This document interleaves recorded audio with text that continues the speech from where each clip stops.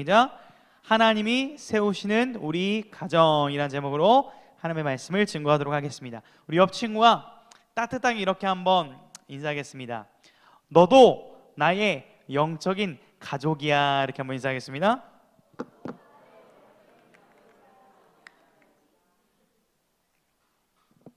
영적 가족으로 인정을 못하는 친구들도 있는 것 같은데, 그럼 이렇게 인사하겠습니다. 너 좀 귀여워. 너 좀 착해. 너 좀 잘 될 거야. 여러분, 네, 이 축복의 말을 꼭 해주셨으면 좋겠습니다. 여러분, 오늘 이제 말씀을 나눌 텐데, 목사님이 이제 말씀을 연구하다 보니까 가정에 대한 주제여서 가족 사진을 준비를 해봤는데, 제가 모자이크 처리를 했어요. 왜 그러냐면, 이제 이번 주에 우리 고등부 인스타를 보니까 제 아내가 발견해 줬는데, 이단이 우리 고등부를 팔로우를 하고 있던 거예요. 그래서 우리 정보들을 이렇게 보면서 또 아마 제가 또 블랙리스트에 들어가 있을지 몰라요. 자주 이단들을 좀 비판하기 때문에. 그래서 가족 사진을 보여주고 싶어서 혹시 해서 이제 제 얼굴 빼고는 다 모자이크 처리를 했다는 점을 이해해 주시면 감사하겠고, 여기 이제 저희 아버지 김찬호 장로님과 박순호 권사님이 저를 낳아주시고 열심히 은혜로 잘 키워주셔서, 저는 2024년 11월 16일 날 이제 현 가정, 원 가정으로부터 독립을 하여 현 가정, 아내와 함께, 아내 얼굴 보이죠? 자, 잠깐만요. 예, 이게 또 안 됩니다. 잠시만요. 뭘 눌렀나요? 또 잠깐만요. 예. 아내 얼굴은 안 나오지만 뭐 나중에 직접 보세요. 같이 이렇게 잘 살고 있습니다. 그래서 하나님의 은혜 가운데서 원 가정으로부터 잘 자라왔고, 또 현 가정을 이루어서 믿음을 꿈꾸며 나아가고 있습니다. 어떤 가정에 대한 좀 비전을 꿈꾸고 있냐면, 하나님의 사랑을 풍성히 경험하고 누리며 그 사랑을 높이고 예배하고 증거하는 선교적 사명을 감당하는 가정의 이런 비전을 지금 가정이 꿈꾸고 있습니다. 그렇게 기도를 하면서 결혼을 준비했고, 결혼을 했고, 또 그렇게 살아가려고 하고 있습니다.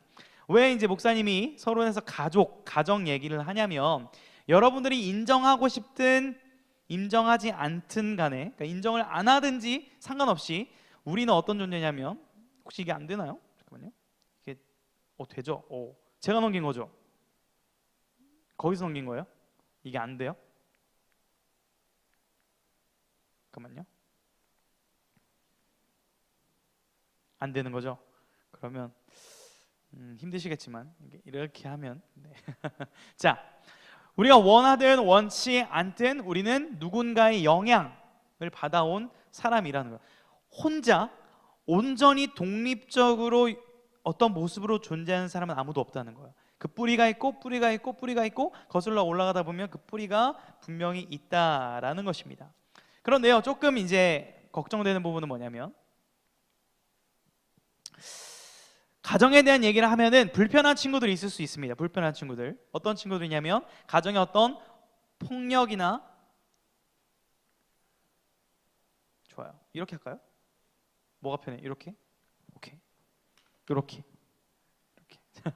가정에 대한 폭력을 좀 경험한 친구들이나 어떤 가정에 좀 깨짐을 경험한 친구들 같은 경우는 가정에 대한 얘기가 불편할 수 있다고 생각을 합니다. 또 뿐만 아니라 이제 1인 가구 시대를 우리가 살아가고 있죠. 뭐 36%가 넘어간다 그래요. 1인 가구가. 혼자 지내는 경우에는 이 가족 얘기가 또 불편할 수 있죠. 왜냐면 나 혼자 지내는 게 편한데 누군가를 생각하는 것 자체가 사치라고 여겨질 수 있는 그런 시대입니다. 여러분, 이제 이 시대는요, 포스트 모더니즘을 넘어서서 포스트 팬데믹 시대로 들어왔었어요. 철저히 더 개인주의가 강해지고 있고, 철저히 더 이기주의, 소비주의가 강해지는 시대 가운데 여러분과 제가 살고 있다라는 거죠. 그러다 보니까 이 공동체, 어떤 권위, 어떤 이 것들이 깨지고 있습니다. 이미 깨졌죠. 그러다 보니까 이것에 대해서 우리가 피하고 싶고 마주하고 싶지 않은 것이 솔직한 우리의 마음일지도 모르겠지만, 그럼에도 우리가 포스트 팬데믹 시대에 다시 한번 본질로 돌아가서, 아드 폰테스트, 다시 근원으로 돌아가서 우리가 성경에서 이 가정에 대해서 무엇이라고 말하고 있고 어떻게 이것을 회복할 수 있는지에 대해서 알고 있는 것은 중요하다는 거예요. 우리가 그걸 알고 있는 것과 그냥 모른 채 무분별하게 이 시대에 끌려가는 것은 다른 얘기라는 것입니다. 자, 오늘 그 해답이 오늘 본문 말씀에 있는데요. 우리 1절 말씀을 다시 한번 읽어보도록 하겠습니다. 힘차게 읽겠습니다. 시작. 여호와께서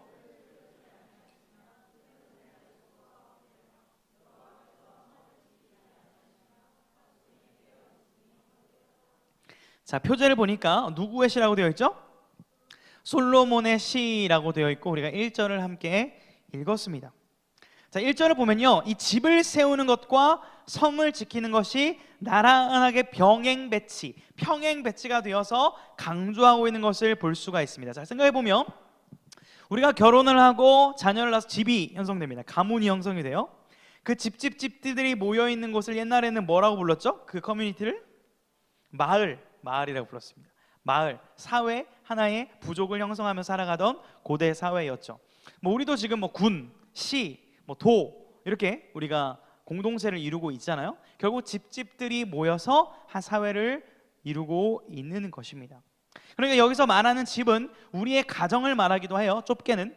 그러나 넓게는 우리 가정이 포함된 이 지역사회와 이 나라까지도 포함하는, 지칭하는 말이라고 할 수 있는 겁니다. 그런데요, 오늘 1절을 보니까 이 고대 사회에서는 집을 지키기 위해서, 성을 지키기 위해서 하반절에 보면 뭐래요? 파수꾼이 깨어 있음이라는 표현이 있죠. 파수꾼이 뭐 하는 사람이죠? 파수꾼? 지키는 사람입니다. 지키는 사람. 자, 혹시 뭐 우리 예배 시간에 파수꾼이 없긴 해요. 예배 시간에 갑자기 어떤 강도가 들어와서 우리를 찌른다거나 우리를 공격한다는 그런 생각이 없기 때문에 우리가 지키고 있지는 않습니다. 만약에 어떤 강도가 들어와서 칼을 휘두른다면 우리 고등부에서 가장 먼저 그 강도를 막아서고 칼을 대신 찔리진 않겠지만 막아줄 분이 누굴까요? 위치상. 문과 좀 멀어요. 위치상 누가 그래야 될까요? 부장님이 이제 학생들 지켜주셔야 됩니다. 그러니까 이제 그런 거예요. 대표로 파수꾼이 이제 성을 지키는 거예요. 근데 예전에 고대 사회에서는 야간 경비라고 하는데 총 몇 번의 교대가 있었냐면 최소 3번. 힘드니까, 밤새기 힘드니까 3번 혹은 4번을 돌아가면서 밤새 성을 지키던 것이 곧 우리 가정을 지키는 일이라고 생각을 했다는 거예요. 최선을 다해서 야간에 적들로부터 우리 가정과 성을 지키는 노력을 했었다라는 것입니다. 자, 그런데 그 최선을 다한 노력을 지금 뭐라고 얘기하는 거예요? 헛되다라고 얘기하는 거예요. 헛되다. 여기서 헛되다라는 의미는 어떤 의미냐면 바로 이런 의미입니다. 마치 농사를 여러분 안 지어봤겠지만 이제 봄이 되면 봄이면 씨앗 뿌려, 가을이면 여름이면 꽃이 피네, 가을이면 풍년되어, 겨울이면 행복하네. 예. 우리 선생님들만 좋아하잖아요. 여러분 이 노래 몰라요? 님과 함께 몰라요? 님과 함께 몰라요? 예, 그럴 수 있습니다. 예. 선생님들 좀 가르쳐 주세요. 예. 자, 씨앗을 뿌리면 당연히 곡식을 거두는 것이 자연의 이치인데, 여러분 1년 동안 씨를 뿌렸는데 저 사진처럼 아무것도 맺히지 않는다면 얼마나 그 농사는 허무할까요? 그 텅 빈 상태를 성경은 헛되다라고 얘기하는 거예요. 우리로 따지면 여러분들 학원을 4개 다니고 5개 다니고 과외를 2개 하고 열심히 70점이었던 영어 성적을 85점 만들기 위해서 여러분들이 2달 동안 집중 과외를 200만 원 정도 투자해서 했는데 영어 점수가 69점 되면 어떨 것 같아요?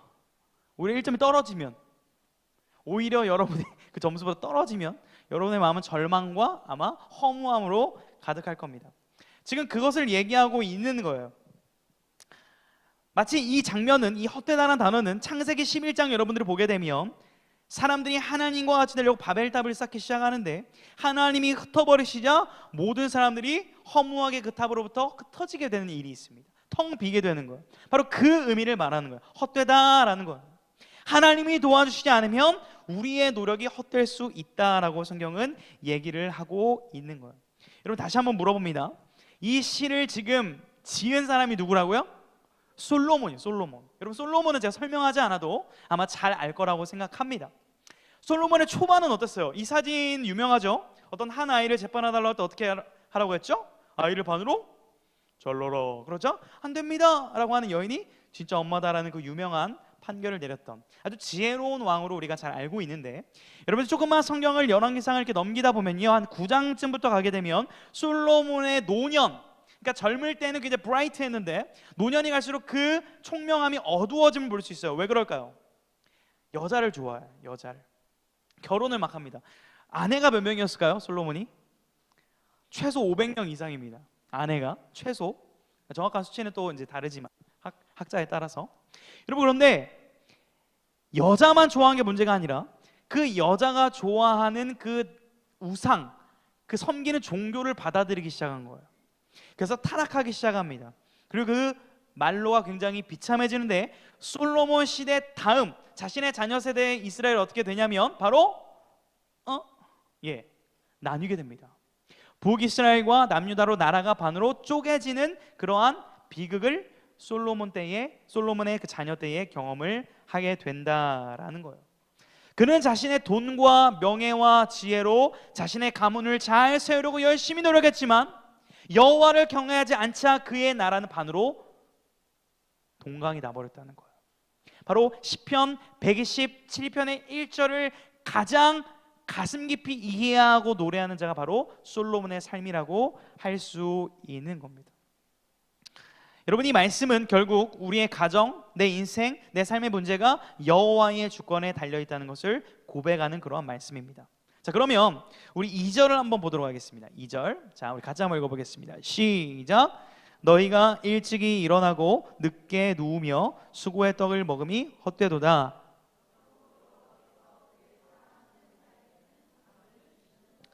자, 그런데 이 말씀은요 2026년 우리에게도 그대로 적용이 돼요. 보세요, 2절 보세요. 너희가 일찍이 일어나고 늦게 누우며, 뭐예요? 새벽 5시, 6시 일어나서 공부하고 직장인들이 출근하고 지옥철을 타고 열심히 나갔습니다. 늦게 누워요. 침대에 막 새벽 1시에 눕고 2시에 눕고 잠을 조금 자는 거예요. 그렇게 열심히 일을 해요. 열심히 돈을 벌어요. 그런데 행복할까요? 불행할까요? 대부분 많이 허무해하는 시대가 우리 시대예요. 수고의 떡을 먹음이 헛되도다라고 성경은 분명하게 말하고 있습니다. 이렇게 사는 삶이 헛될 수 있다라는 거예요. 여러분들도 열심히 공부하는 이유가 뭡니까? 좋은 대학을 가고요. 필요합니다. 좋은 대학 가는 이유가 뭡니까? 좋은 직장을 가고요. 좋은 직장을 가는 솔직한 이유가 뭡니까? 높은 연봉을 받는 것이고요. 높은 연봉을 받기 위한 이유가 뭐예요? 우리 가정과 행복하게 안락하게 살고 싶어서 그런 거 아니겠어요? 당연한 그러한 욕구이죠. 그런데 이 일로 인해서 수많은 갈등과 분쟁과 상처와 아픔과 어려움이 있다는 거예요. 먹고 사는 문제, 돈 문제가 우리의 가정을 파괴하고 있는 시대를 우리는 살아가고 있다라는 거예요. 저도 10대 시절에 비슷한 고민이 있었습니다. 제가 이제 2008년까지 공부를 열심히 했습니다. 2008년에 안 태어난 친구도 있을까요, 혹시?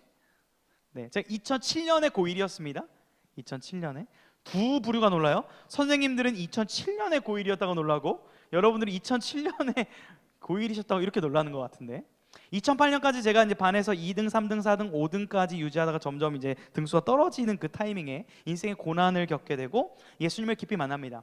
그리고 이제 고3 때 입시의 어떤 방향을 바꾸고 제가 고3 때 음악을 하기로 결정을 해서 이제 그때 실용음악 학원을 알아봤는데 2009년에 실용음악 학원을 다니려고 했는데 그때 얼마였냐면 55만 원이었어요. 별로 안 놀라네요. 비싸지 않아요? 10 몇 년 전이에요? 한 17년 전인데 너무 비싸가지고 저희 이제 가정 형편상 다니질 못했습니다. 한 달인가 다녔어요. 그리고 그만뒀습니다. 비싸서. 그리고 혼자 그냥 그렇게 입시를 준비를 했는데 어떤 마음이 솔직히 제 안에 있냐면, 청소년 시절에 우리 부모님은 교회 열심히 나가고 새벽 기도하고 금요 기도 나가고 진짜 열심히 하고 헌금도 진짜 10원 하나 안 빼먹고 다 하고 하나님 진짜 열심히 섬기는데 왜 우리 집은 가난하지? 이 생각이 저를 지배했습니다. 한 가지였고, 두 번째, 나는 진짜 하나님 앞에 키 많이 크게 달라고 했는데 왜 내 키는 하나도 안 크지? 하나님 짜증나요. 이렇게 그런 마음이 제 안에 10대 때 있었어요. 그런데 아마 저와 같은 다른 결일지도 모르겠지만 왜 하나님을 믿는데, 왜 교회를 다니는데, 왜 우리 부모님은 이렇고 왜 나는 이렇고 우리 가정은 이렇지에 대한 고민이 있는 친구들이 분명히 있을 것이라고 생각을 합니다. 목사님, 성경은 오늘 보니까 하나님이 가정을 세우신다고 말씀을 하고 계시는데 왜 우리 가정은 흔들리고 있죠? 왜 우리 가정은 화목하지가 않죠? 매일 싸우고 돈은 없고 상처는 가득한데, 빨리 어른이 돼서 집을 떠나고 싶은 마음만 가득한데 가정에 대한 걸 제가 생각을 해봐야 될까요? 라고 질문하는 친구가 있을지도 모르겠습니다. 여러분 안에 이러한 만약에 고민과 원망과 탄식이 있다면 오늘 3절 말씀에 주목할 필요가 있는데, 3절 한번 띄워주시고, 이 보라라는 건 환기를 시키는 거거든요. 제가 좀 크게 할 거예요. 놀라지 마세요. 미리 말했습니다. 제가 보라라고 환기를 하면 여러분들이 뒤에 말씀을 읽는 거예요. 우리 시편의 이 독법을 따라서 읽는 겁니다. 자, 할게요. 보라!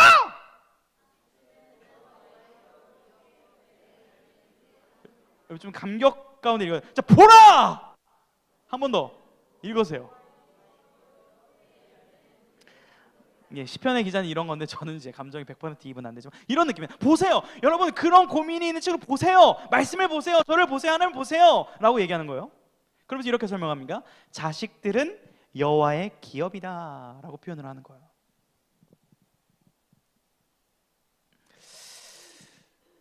바로 자식들이 나오고 있습니다. 자식들. 예. 발인데요. 여러분도 이렇게 귀여웠던 발을 가진 시절이 있죠. 옆 사람 한번 보세요. 옆 사람 보세요. 이렇게 한번 얘기합시다. 너 좀 귀여워. 여러분 분명 귀여웠던 시절이 있다는 거예요. 물론 이 말은 여러분 지금 귀엽지 않다는 것을 표현한 게 맞아요. 사실 안 귀엽지만 귀엽다고 하는 겁니다. 저도 노력하는 겁니다. 귀여웠던 시절이 있습니다. 여러분들도. 여러분, 여러분들은 여호와의 기업이라고 성경은 얘기를 하고 있다는 사실을 기억을 해야 됩니다. 그러면 이런 질문도 가능해요. 목사님, 성경은 그렇긴 한데 솔직히 말할게요. 저 집에서 골칫덩어리입니다. 저 집에서 돈만 받아가는, 목사님 저 돈 학원비로 한 100만 원 쓰는데요, 학원 가면 공부 안 하고요, 스카 가면은 순공 시간 하루에 1시간도 안 되고요, 그런데 제가 무슨 소중한 사람이겠어요? 라고 생각하는 친구들이 분명히 있을 겁니다. 여러분, 그러나 그런 실존적인 그런 여러분의 그 삶의 행동의 패턴과 상관없이 여러분의 존재론적인 정체성과 규정은 무엇이냐면 여호와의 기업이라는 사실이에요. 그러나 이 기업이라는 걸 우리가 생각해 볼 필요가 있습니다. 여러분, 이 당시에 이 기업이라는 건 무엇이냐면 땅입니다. 땅. 우리나라에서도 부동산이 되게 중요하죠. 근데 당시에도 이 땅을 얻는 것은 생존의 문제였고 사활이 걸린 문제였어요. 우리나라에서도 이 부동산 시장이 굉장히 중요하지 않습니까? 이런 만약에 저런 땅을 이제 부모님이 물려준다고 생각해 볼게요. 땅 한번 보세요. 별로 없어 보이죠? 별거 없어 보이죠? 근데 이 땅이 어디 거냐면 강남인 거예요. 강남 공터. 이 정도의 부지를 여러분 부모님이 여러분에게 물려준다면 여러분 지금부터 부모님이 하는 말씀을 잘 들으시겠습니까? 반항하시겠습니까? 잘 들어야죠. 강남인데. 근데 이 땅이 평당 1,000원 하는 저기 모르는 지방의 땅이에요. 부모님 말씀 잘 들을 거야, 안 들을 거야? 안 듣겠죠. 돈이 안 되니까. 아닙니까? 너무 세속적입니까? 여러분, 이게 무슨 뜻이에요? 여러분들이 여호와의 기업이라는 것은 무엇이냐면 내가 여러분이 정말 강남에 있는 그 자이 아파트보다, 강남에 있는 서초에 있는 레미안 아파트보다 여러분의 존재가 더 귀하다는 거라니까요. 근데 그렇게 생각이 잘 안 들어요. 강남에 있는 집 한 채보다 내가 별 볼 없어 보이게 만드는 현실을 살아가고 있기 때문에 여호와의 기업인 내 정체성을 변질시켜 버린다는 거예요, 세상이. 하지만 성경은 여러분의 정체성을 다시 한번 정리해주고 있다는 사실입니다.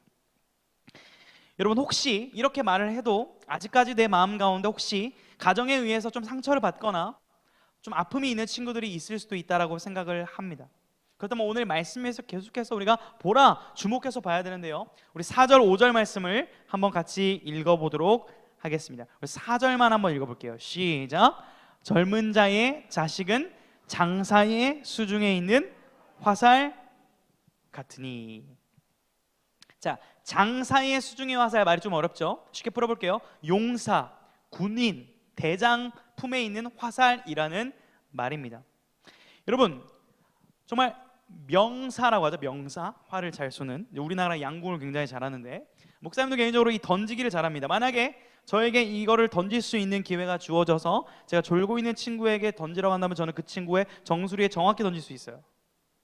확인해 보길 원해요? 던지고 있어요?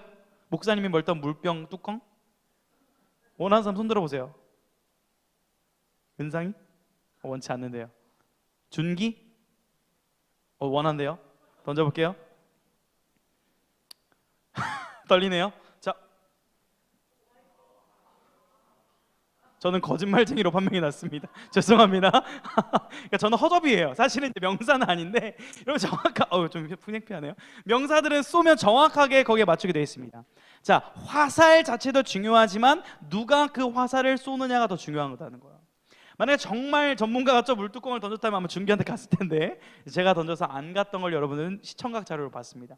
여러분, 그런데 이러한 말씀을 시청각적으로 보여주는 성경 유명한 사건이 있습니다. 여러분, 사무엘상 17장에 가게 되면 누구와 누가 이렇게 딱 싸우죠? 다윗과 골리앗. 그때 다윗이 들고 있던 그 손의 무기가 뭐예요? 물맷돌, 조약돌, 물에서 주운 5개 조약돌입니다. 여러분, 그걸로 골리앗과 싸운다는 것이 굉장히 무모해 보이는 게 당연한데 유튜브 여러분 이미 봤을 수도 있겠지만 당시에 혹시 이렇게 물맷돌을 던지지 않았을까 하고 그 고대의 물맷돌을 던지던 그런 목자들의 모습을 재현해 놓은 좀 영상이 있어요. 아마 조회수 보니까 한 330만 회 정도 되는 것 같은데 이런 건 좀 보세요. 그래서 제가 한번 안 봤을까 봐 가져와 봤는데 소리는 안 날 수 있습니다. 한번 보세요. 자, 돌립니다. 돌아요. 자, 저렇게 했을 수도 있죠. 그러니까 이제 골리앗인데 하다가 탁 해서 이마에 탁 꽂힌 거죠. 되게 여러분 약해 보였죠, 다윗이. 하지만 전문가, 수백 번 수천 번도 사자와 곰으로부터 양들을 지켜냈던 그 다윗의 손에 물맷돌이 들리자 그것은 골리앗을 쓰러뜨리는 강력한 무기가 됐다는 거예요. 바로 우리가 어떤 자들이냐면 예수 그리스도의 손 안에 있는 물맷돌과 같은 존재라는 거예요. 우리의 존재 때문에 강한 것이 아니라 우리를 붙잡고 우리를 포기하지 않으시는 예수 그리스도가 여러분과 함께하기 때문에 여러분들이 용사의 손 안에 있는 화살과 같은 존재로 쓰임받을 수 있다는 사실을 기억하기를 주님의 이름으로 축복합니다. 목사님, 저는 안 돼요, 저는 가망이 없어요 라는 말을 하지 마십시오. 예수님이 여러분들을 들어 사용하시면 여러분들은 여러분의 가정을 변화시킬 수 있는 진짜 용사로서 쓰임받을 수 있다는 사실을 여러분들이 기억하기를 주님의 이름으로 축복합니다. 여러분, 5절에 보게 되면 성문이라는 게 나옵니다. 성문이 나오는데요, 여기에 보면 자녀들을 통해서 이 원수들의 수치를 당하지 않게 된다고 합니다. 이게 어떤 의미냐면 당시에는 이 성문에서 모든 것을 했어요. 경제적 활동, 정치적 활동, 재판적인 활동, 모든 것을 했습니다. 그러다 보니까 힘 있는 사람이 공개 재판에서 우리 엄마 아빠를 욕하는 경우가 있습니다. 너 이 자식 일 제대로 안 해? 하고 무시를 합니다. 그러면 그 부모님은 수치를 당하게 되겠죠. 그때 수많은 자녀들이 나와서 이렇게 말하는 거예요. 우리 부모님한테 그렇게 하지 마십시오. 제가 대신 갚겠습니다. 제가 대신 해결하겠습니다 라고 하면서 부모님의 수치를 가려주던 모습이 당시에 있었다라는 거예요. 마치 자녀들을 통해서 부모님들이 오히려 화로움을 누리게 된다라는 말씀입니다. 즉, 자녀들을 통해서 그 가문이 회복되고 자녀들을 통해서 그 가정이 살아날 수 있다라는 것을 성경은 우리에게 가르쳐주고 있다라는 것입니다. 여러분, 우리가 살아가는 세상은 참 많이 깨져 있습니다. 특별히 가정이 깨져 있고요, 법이 많이 흐트러져 있고요, 창조 질서가 많이 흐트러져 있습니다. 제가 광남중학교랑 광남고등학교 학생 그 조례를 살펴보니까 이미 2025년에 성적 지향을 우리가 차별하면 안 된다는 조항이 이미 들어가 있었습니다. 광남중고에는. 양진중엔 아직 없어요. 양진중엔. 혹시 그런 게 올라오면 우리 같이 기도를 해야겠죠? 이렇듯 여러분이 살고 있는 이 현장에는 굉장히 하나님의 말씀대로 살기 어려운 일들이 벌어지고 있다라는 거예요. 깨져버린 세상이죠. 참 암담합니다. 절망스러워 보입니다. 그러나 여러분, 포기하면 안 돼요. 그렇다고 해서 거기에 휩쓸려가면 안 돼요. 우리는 거기에 너무나 쉽게 물결에 휩쓸려가듯이 휩쓸려가지만 성경은 그것을 멈추라고 얘기하고 있다라는 겁니다. 어쩌면 부모님 세대에 이렇게 말할 줄 모르겠어요. 여러분들이 부모님을 보며 가정을 보면서 이렇게 생각할지도 모르겠습니다. 나는 우리 가정을 보니 결혼하지 않을 거야. 나는 우리 가정을 보니 이렇게 살지는 않을 거야 라고 생각하는 친구가 있을 수 있고, 반대로 나는 우리 엄마 아빠를 보니 빨리 결혼해야지, 나는 우리 가정을 보니 빨리 가정을 이뤄야지 라고 생각하는 친구가 있을지도 모르겠습니다. 여러분, 둘 다 상관없어요. 중요한 건 뭐냐면 하나님 안에서 거룩한 회복과 하나님 안에서 거룩한 가정과 문화를 꿈꾸는 한 사람이 오늘 말씀을 통해 일어날 수 있기를 주님의 이름으로 축복합니다. 여러분을 통해 여러분의 가정이 회복될 수 있다라는 거예요. 중요한 건 이겁니다. 나의 힘으로 세워질 수 없다는 거예요. 오직 하나님이 세워주신다는 것을 믿고 나아가는 한 사람, 하나님 앞에 무릎 꿇고 우리의 가정을 위해 기도하는 한 사람을 통해서 여러분의 가정이, 또 여러분의 주위의 가정이 회복될 줄 믿으시기를 주님의 이름으로 축복합니다. 여러분, 요즘에요, 히터 좀 꺼주세요. 이 가정 문제, 또 진로 문제, 또 이 교회 문제, 심지어 연애 문제까지 어디에 많이 물어보죠? 챗GPT, 또 제미나이, 또 뭐 있죠? 클로드? 또 뭐 있습니까? 네, 자, 한번 물어봐야겠습니다. 나는 일주일에 한 번 정도는 나의 적적한 마음을 인공지능과 함께 나누고 대화한다. 한번 손 들어보세요. 전 지금 손을 들고 있는 거예요. 저는 그렇게 하고 있거든요. 예. 저밖에 없어요? 현우 쌤, 여러분 안 그래요? 친구 관계가 좋네요. 저 친구가 많이 없어가지고 씁쓸하네요, 갑자기. 우리 건강합니다. 할렐루야. 통계를 보니까 우리 고등학생들이 약 40% 이상이 부모님 친구보다 요즘에 AI에게 더 많이 얘기한다고 하거든요. 손 안 들었을 수도 있지만, 여러분, 그런데 편하죠? 편해요, AI한테 물어보면. 하지만 현실적인 변화는 하나도 없습니다. 그러나 보이지 않는 것 같고 듣지 않으시는 것 같고 함께하지 않으시는 것 같지만 진짜로는 실제하신 하나님께 기도하면요, 실제 변합니다. 여러분의 가정이 변하고 여러분의 마음이 변하고 여러분의 삶이 달라질 줄 믿으시기를 주님의 이름으로 축복합니다. 예수님의 이름으로 기도하는 것이 결코 아무렇지도 않은 것이 아니라 예수 그리스도의 이름으로 한 번 우리 가정을 위해 기도하는 것이 AI에게 1000번 물어보고 친구들에게 1000번 물어보는 것보다 훨씬 더 강력한 해결이 될 수 있다는 믿음의 확신을 가질 수 있기를 주님의 이름으로 축복합니다. 여러분, 하나님께 맡기셔야 돼요. 하나님께 기도하셔야 돼요. 여러분의 문제, 가정의 문제, 여러분의 진로의 문제를 하나님 앞에 가지고 나아가야 된다는 것을 여러분이 꼭 기억했으면 좋겠습니다. 우리 가정을 불쌍히 여겨주십시오. 우리 가정에 함께 해주십시오라는 기도를 여러분들이 이번 한 주 드려보셨으면 좋겠습니다. 우리 그러한 믿음으로 우리 본문 1절 말씀을 다시 한번 우리 읽으면서 우리 한번 말씀을 맺도록 하겠습니다. 여러분, 간절히 사모하는 마음으로 한번 읽어볼게요. 시작. 여호와께서 집을 세우지 아니하시면 세우는 자의 수고가 헛되며 여호와께서 성을 지키지 아니하시면 파수꾼으로 깨어 있음이 헛되도다. 아멘. 그 어떤 AI와 인공지능보다 하나님께 단 한 번 예수님의 이름으로 기도하는 것이 우리의 가정을 세우는 것이고 회복하는 길임을 믿고 기도할 수 있는 믿음의 청소년들 될 수 있기를 주님의 이름으로 축복합니다. 우리 말씀을 기억하면서 함께 찬양을 부르도록 하겠습니다.